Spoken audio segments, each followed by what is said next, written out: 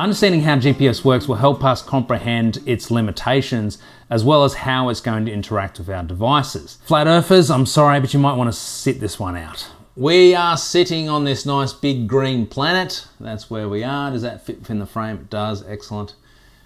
There's our equator, roughly. Now, old mate with his GPS unit sitting on the planet here going, where am I? 20,000 kilometers out from the Earth in medium Earth orbit is our satellite. Now that's sitting out there and it knows where it is. And we don't know where we are. So it's going to send a signal back to Earth to tell us some information. Now, most important part of that information is it has a timestamp. When was that signal sent from the satellite?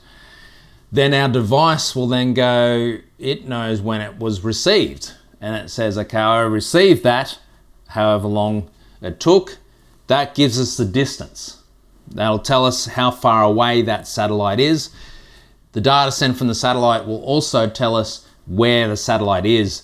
So that'll give us a rough idea where we are on the planet.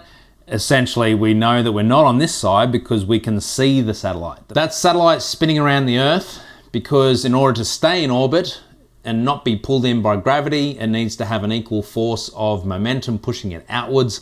So it's spinning around the Earth, which means it does a lap every 12 hours, roughly. Because of that, that means that that satellite is visible to us 4 to 6 hours of the day up in the sky. We need to be able to see it, of course. Now, as I mentioned, that doesn't give us a very accurate location of where we are. How do we do that? We simply add more satellites into the mix. So the more satellites we have, the more signals we can pick up and receive, each of those having their location and the time it took to get to our device. Through trilateration, not triangulation, we can work out where we are on the planet to a more accurate number. We need at least 4 to give us a reasonable number, and we can get up to 12 during the day or night to give us a really accurate number of where we are. The more the better, basically. So that then tells us where we are, and then our GPX file will contain some information telling us where we want to go.